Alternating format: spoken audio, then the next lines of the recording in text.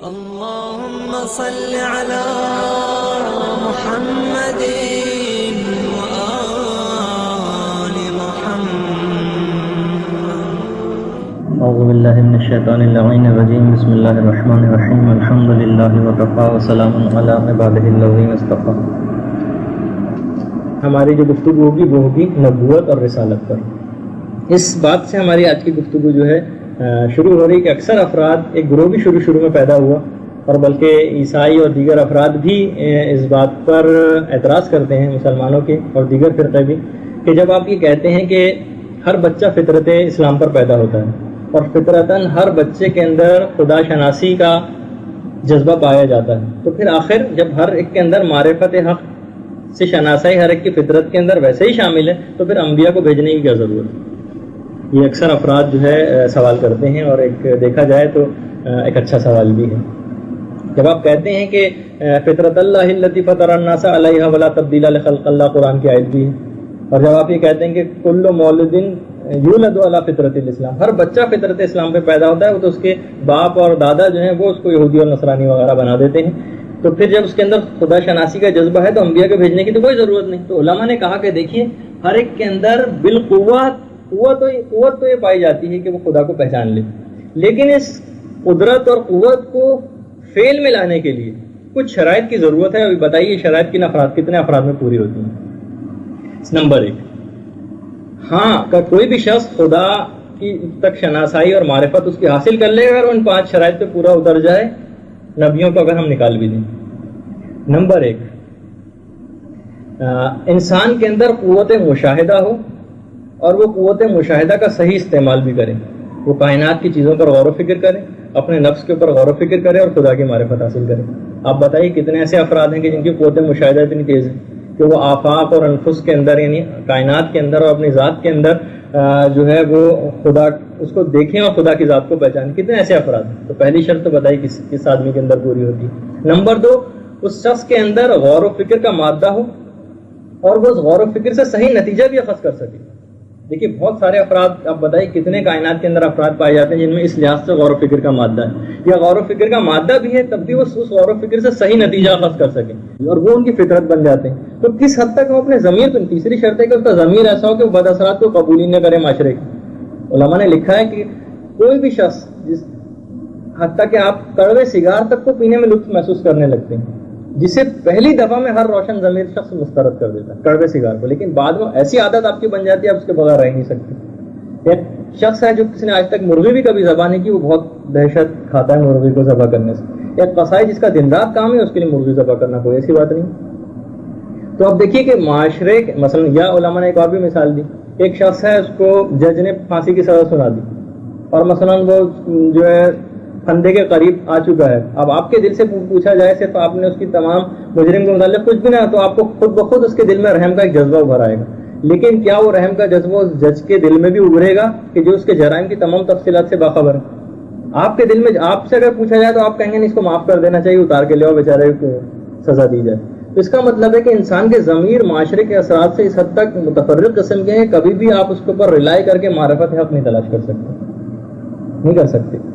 اچھا، اس کے بعد یہ اگلی شرط کہ انسان کی قوت ارادی اتنی زیادہ طاقتور ہو کہ وہ نفس کے خواہشات اور رجحانات کا مقابلہ کر سکے. کیونکہ اگر آپ کے دل میں خواہشات نفسانی تازہ ہیں تو اول تو حق تک پہنچنے ہی نہیں دیں گی، اور اگر آپ حق تک پہنچ بھی گئے تب بھی وہ اپنے علم کے مطابق عمل کرنے سے روکتی ہیں خواہشات نفسانی. اب بتائیے کائنات کے اندر کتنے ایسے افراد ہیں جن کے اندر قوت ارادی اتنی زیادہ مضبوط ہے کہ وہ اپنے نفسانی خواہشات کو کچل دیتے ہیں اس طریقے سے.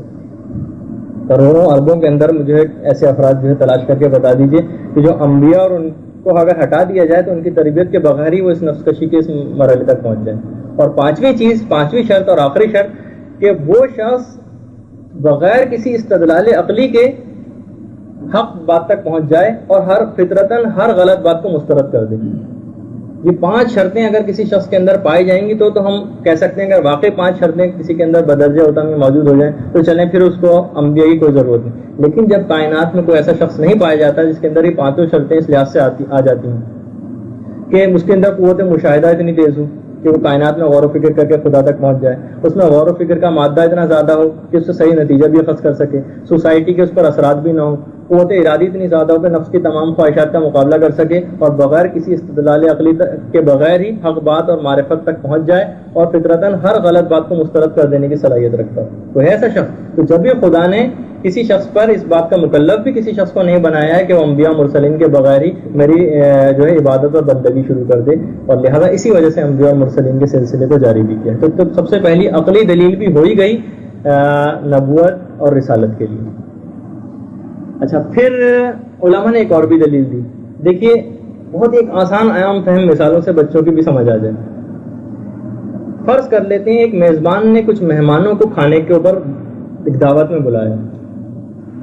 مہمان میزبان کے گھر کا رستہ نہیں جانتے. اچھا, رستے میں درندے بھی ہیں, چھوٹی چھوٹی پگڈنڈیاں بھی ہیں, تاریکی بھی ہے, بھٹکانے والے لوگ بھی موجود ہیں. اچھا, اب مہمان جو ہے وہ میزبان کے گھر کا رستہ بھی نہیں جانتے, تو اب میزبان کا فرض کیا ہے؟ ایک تو یہ احتمال ممکن ہے کہ میزبان جو مہمان کو نظر انداز کر دے, چھوڑو, بلانے کی ضرورت نہیں, اس کو کوئی غرض نہیں مہمان کس طرح پہنچیں گے. یا یہ کہ مہمان ان کے لیے کھانا ہی نہ پکوائے, یا کھانا پکوا لیا ہو تو اس کو پھینکوا دے. ایک یہ ممکن ہے چیز. اور تیسری چیز یہ ممکن ہے کہ میزبان ایک بہترین قسم کے رہبر کو مہمانوں کو لینے کے لیے بھیجے اور اس کے ہاتھ میں ایک چراغ ہو تاکہ وہ رستے کی تاریکی کو جو بھی دور کر دے, اور اس کے ہاتھ میں کچھ ہتھیار بھی ہو تاکہ وہ درندوں وغیرہ کا مقابلہ کر کے مہمانوں کو لے آئے. علماء نے کہا بالکل یہی مثال کائنات کے اندر بھی پائی جاتی ہے. خدا نے کائنات آپ کے لیے بچھا دی ہے اور اس نے اپنے پاس سعادت ابدی کی ایک ضیافت منعقد کی ہے, اور اپنے بندوں کو اس طرف بلانا چاہتا ہے, لیکن بندے اس تک پہنچنے کا رستہ نہیں جانتے. رستے میں شیطان موجود ہے, پھاڑ کھانے والے درندوں کی طرح سے. رستے میں شیطان موجود ہے, پھاڑ کھانے والے درندوں کی. رستے میں جہالت, تاریکی اور شرک کی تاریکیاں ہیں اور سیاہی بھی. تو خدا نے ایسے رہبر کو بھیجا ہے کہ جس کے ہاتھ میں معجزے کا چراغ ہے, تاکہ جاؤ اور میرے مہمانوں کو سعادت ابدی کی طرف لے کر آؤ. یہ خود ایک نبوت کی جو ایک بہت اہم ترین دلیل علماء نے عام فہم مثالوں کے ذریعے لکھی. اور تیسری ایک اور بھی دلیل لکھی رسول کے لیے, ایک عقلی بالکل ایک دلیل رسول کی رسالت کے لیے, اور واقعی بہت ہی اچھی ایک حتیٰ کہ جو مولانا مودودی ہیں انہوں نے جو اپنی کتاب کے اندر جو ہے اس کو خاص طور پر لکھا, اور واقعاً اچھی بھی بہت دلیل کہ اگر ہم اٹھا کر دیکھیں رسول کی زندگی کو, آج سے 1400 سال پہلے کا آپ تصور دماغ میں لے کر آئیں کہ نہ وہاں تار تھا, نہ ریڈیو تھا, نہ مسجد تھی, نہ مدرسے تھے, نہ اسکول تھے, نہ کالجز تھے, کسی ہر لحاظ سے تاریکی تھی. اس زمانے کے عالم کی معلومات آج کے جاہل سے بھی کم تھی. اس زمانے کا جو سویلائز آدمی بھی شمار ہوتا تھا وہ آج کے ایک مزدور سے بھی کم شائستہ تھا. اس زمانے میں جو اخلاقیات سمجھی جاتی تھیں وہ ان سے ہمارا ضمیر نفرت کرتا ہے. ایسی چیز آج کے جو اوہام اور خرافات ہیں وہ اس زمانے میں حقائق سمجھے جاتے تھے. اس ایسے خطرناک ترین ماحول میں اس زمانے میں انسان اتنا ذلیل قسم کا ہو چکا تھا کہ کسی بھی شخص کا پرہیزگار ہونا ان کے تصور میں نہیں آتا تھا. کسی بھی انسان کا خدا رسیدہ ہونا ان کے دماغ اور تصور سے ہی بالا تر بات تھی. اتنا انسان اپنے آپ کو بھی ذلیل سمجھتا تھا, جبکہ انبیاء کا جو ہے اقرار بھی نہیں کرتے تھے وہ لوگ. ان کی عورتیں برہنہ ہو کر خانہ کعبہ کا طواف کرتی تھیں. وہ شخص وہ جو افراد پائے جاتے تھے اس حد تک ان کے اندر ذلت اور پستی آ چکی تھی کہ اپنے باپوں کے مرنے کے بعد اپنی سوتیلی ماؤں تک سے شادیاں کر لیتے تھے. ان کے پاس اعلیٰ درجے کی زبان تو تھی, لیکن اس کے اندر جو اخلاقی تصورات تھے وہ بہت ہی گھٹیا قسم کے تھے.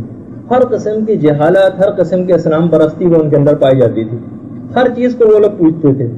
آپ دیکھیے کہ یہ ماحول اس کے اندر سے پھر ایک خود بخود ایک شخص نکل کر آتا ہے اور زبردست قسم کی فصیح و بلیغ گفتگو شروع کر دیتا ہے کہ تمام کے تمام ادیب اور شاعر جو ہے عرب حضرات کے وہ دنگ رہ جاتے ہیں. وہ شخص چیلنج دیتا ہے اور بار بار چیلنج دیتا ہے کہ میرے جیسا کلام بنا کر لیا.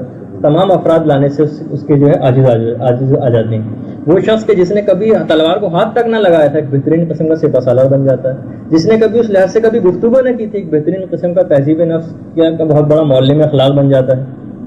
جس کو سیاست کی کبھی ہوا بھی نہ لگی تھی ایک بہترین قسم کا جرنیل اور لیڈر بن جاتا ہے کہ 12 لاکھ مربع میل پہ موجود جو افراد تھے ان کو ایک نظام کے تحت لے آتا ہے. جو بہترین قسم کا جج بھی اور بہترین قسم کا قانون دان بھی ہے. آپ دیکھیے کہ اتنی زیادہ کمال صفات رکھنے والا شخص, یعنی بالکل عقلی اعتبار سے آپ غیر مسلموں کے سامنے بھی پیش کریں کہ آپ یہ بتائیے کہ اتنے تمام کمالات رکھنے والا شخص یہ بادشاہ بھی بن جاتا ہے تب بھی یہ ویسا ہی فقیر کا فقیر بنا رہتا ہے. یہ پھونس کے بنے ہوئے گھر میں رہتا ہے, بوری کے اوپر سوتا ہے, موٹا جھوٹا پہنتا ہے, دن بھر جو ہے وہ مخلوق خدا کی خدمت کرتا ہے، رات رات بھر خدا کی عبادت کرتا ہے. اچھا تمام جب یہ پیغام اپنی قوم کو پہنچاتے ہیں تو تمام قوم اس کے خلاف ہو جاتی ہے. جب تمام قوم اس کے خلاف ہو جاتی ہے تو آپ دیکھیں کہ کوئی اس کو پتھر مارے جاتے ہیں، اس کو دربدر کیا جاتا ہے، یہ جس جگہ پہ ہجرت کر کے پہنچتا ہے وہاں بھی وہ لوگ آ جاتے ہیں، ہر اعتبار سے اس کو اذیتیں پہنچاتے ہیں. کیا کوئی جھوٹا شخص کسی بے اصل بات کے پیچھے اس حد تک مصائب برداشت کر سکتا ہے؟ وہ تو کبھی کا سمجھوتا کر لے، کبھی نہیں کر سکتا. اچھا اب آپ خود دیکھ لیں، علماء نے کہا کہ جتنے بھی آپ دنیا میں ہیروز گزرے ہیں، آپ جب اس شخصیت کے سامنے لائے جاتے ہیں تو بالکل بونے معلوم ہوتے ہیں. اچھا آپ خود دیکھ لیں، جتنے بھی ہیروز تاریخ کے گزرے ہیں ان کی شخصیت کی چکا چوند صرف ایک یا دو شعبوں پر محدود ہے بس. کوئی اگر سیاست کا بازیگر ہے تو عمل تو وہ فکر کے اندر بالکل کمزور ہے. کسی کے اگر فکری قوت ہے تو عمل نہیں کر سکتا. کسی نے اخلاقیات اور روحانیت کو لے لیا تو سیاست و معیشت کو نظر انداز کر دیا. کسی نے صرف سیاست و معیشت کو لیا تو اخلاقیات اور روحانیت کو نظر انداز کر دیا. کوئی صرف فوجی ذہانت کا پیکر ہے، کسی کے پاس صرف سیاسیات ہیں، یعنی ایک یا دو شعبوں تک محدود ہے. یہ واحد وہ شخص ہے کائنات کے اندر پایا جاتا ہے کہ جس کے اندر ہر شخصیت، یعنی بلکہ علماء نے لکھا ہے کہ ہر دور کے اندر اتنا ہی جدید اور ماڈرن نظر آتا ہے جتنا اس کے پہلے دور میں تھا. اتنا ہی ماڈرن آپ کبھی بھی ان کی شخصیت کو، کبھی آپ کو دقیانوسی اس کی شخصیت نہیں لگی. ہر ماحول اور معاشرے کے اعتبار سے بہترین قسم کا ماڈرن آپ کو نظر آئے گا. اب اچھا دیکھیے، اب ہم فیاضی کے ساتھ جن بھی شخصیات کو میکرز آف دی ہسٹری کہتے تھے، بھائی یہ تو بڑی تاریخ ساز شخصیت گزری ہے. وہ اصل میں میکرز آف دی ہسٹری نہیں ہے، وہ کریٹرز آف دی ہسٹری ہیں. تاریخ نے ان کو پیدا کیا. ہم دیکھتے ہیں کہ جتنے بھی انسانی تاریخ کے اندر انقلابات آئے وہ سب کے سب اس قسم کے انقلابات تھے کہ انقلاب کے لیے سازگار خود ہی فضا سازگار ہو رہی تھی. انہوں نے صرف ایک ایکٹر کا پارٹ اس کے اندر پلے کیا اور خود بخود جو ہے وہ انقلاب آ گیا. اس میں صرف ایک ایکٹر کا انہوں نے پارٹ پلے کیا. یہ وہ واحد شخصیت تھی کہ اس زمانے بالکل انقلاب کی. آپ دیکھیں جہالت کا اتنا زبردست معاشرہ کہ جس کی میں نے ابھی تھوڑی سی تصویر کشی کی، اس کے اندر کوئی انقلاب کا کوئی کسی بھی اعتبار سے کوئی ایسا نقطہ نہیں تھا جس سے انقلاب برآمد ہو سکتا ہو. انقلاب کے لیے کوئی مواد تیار نہیں تھا کہ جس کے بعد انقلاب آ سکتا ہو. لوگ بالکل تیار نہیں تھے. اس نے اتنا زبردست قسم کو عرب کو کہا جاتا ہے اتنی بانج سرزمین گزری تھی جس میں صدیوں سے کوئی قابل ذکر آدمی پیدا نہیں ہوا تھا. وہاں اس نے ہزاروں تہذیب نفس کا درس دینے والے علماء پیدا کر دی اس واحد شخصیت نے، جس نے اپنی شخصیت کو پگھلا کر ہزاروں لوگوں کے دلوں کے اندر بالکل ضم کر دیا. اس کو کہا جاتا ہے کہ یہ تھا وہ بہترین قسم کا شخص کہ جس کو کہا جاتا کہ ہم کہہ سکتے ہیں کہ یہ جو ہے میکرز آف دی ہسٹری واحد شخص گزرا ہے. کہ کوئی حالات ہی ایسی نہیں تھے کہ جس کے اعتبار سے کسی بھی طور پر عرب کے اندر انقلاب آ سکتا ہو. اور آپ پھر اس کی شخصیت کو بھی دیکھ لیجئے.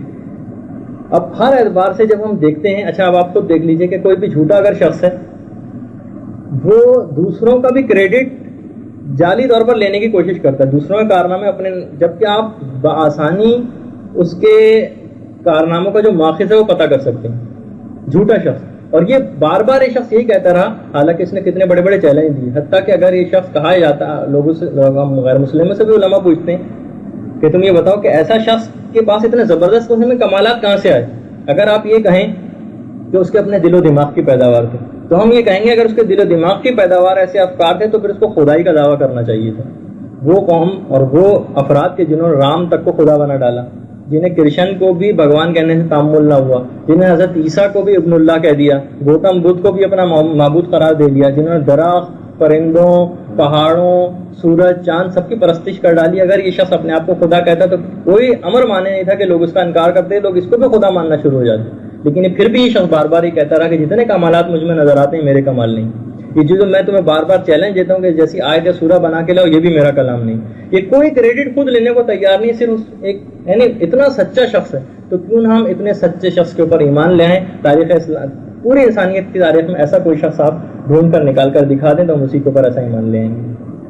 تو یہاں تک علماء نے بالکل کہا کہ عقلی اعتبار سے بھی ہم پتہ چلا سکتے ہیں کہ انبیاء کا جو رستہ ہے، دیکھیے یہ بھی علماء نے ایک دلیل کے طور پر لکھی ہے کہ انبیاء، جتنی بھی انبیاء کے مقابلے میں ہمیشہ شیطانی قوتیں رہیں. ان شیطانی قوتوں کی مخالفت سے آپ انبیاء کے رستے کی سچائی کو پا سکتے ہیں. آپ شیطانی قوتوں کے مقابلے میں دیکھ لیں کون شخصیات رہیں، وہ تمام انبیاء آپ کو نظر آئیں گے. تو رسول کے لیے خاص طور پر ایک عقلی دلیل اور یہ 2-3 چیزیں جو میں نے چھوٹی چھوٹی بیان کی.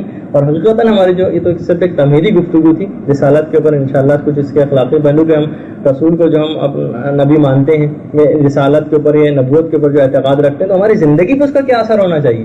تو کوئی فائدہ ہی نہیں ہوگا کہ بس ہاں بس محمد الرسول اللہ بس یہ کہہ کے ہماری جان چھوٹ گئی. تو یقیناً جب اتنی اہمیت ہے عقائد کی اور رسول دین کی کہ توحید عدل نبوت امامت قیامت کا اس لحاظ سے ماننا اگر اتنی آسان سا کھیل ہوتا کہ بھائی وہ تو کافر بھی کہتے ہیں ہاں بھائی میں توحید عدل نبوت امامت قیامت کو مانتا ہوں تو جان چھوٹ جاتی. لیکن اس کا ہماری زندگی پہ کیا اثر ہونا چاہیے انشاءاللہ ہماری آئندہ کی گفتگو میں بھی بات آئے گی. گفتگو تو ہماری مکمل ہوئی.